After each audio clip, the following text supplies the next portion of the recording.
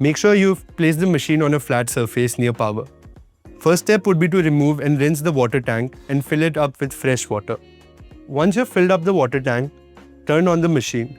The machine has 3 buttons, one for power, one for a single shot and one for a double shot.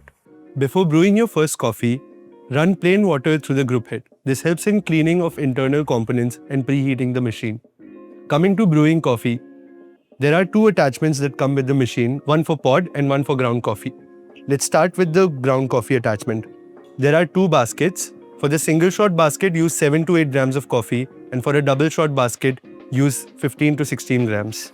Start by adding freshly ground coffee and evenly tamp the coffee bed.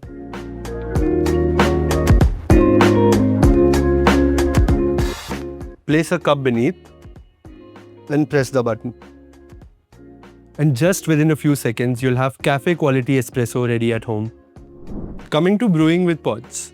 Take the pod attachment, open it up, take a coffee pod, put it inside, and insert the portafilter.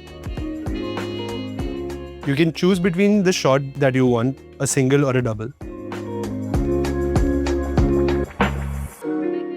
And just within a few seconds, your shot would be ready. Convenient and consistent every single time. Coming to milk-based drinks.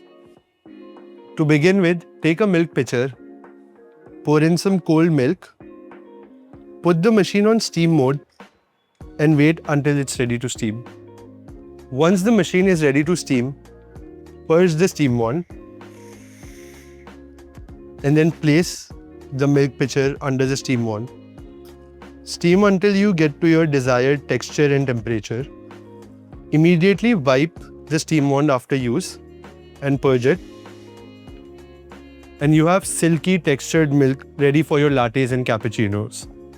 And you have a creamy cappuccino ready at home.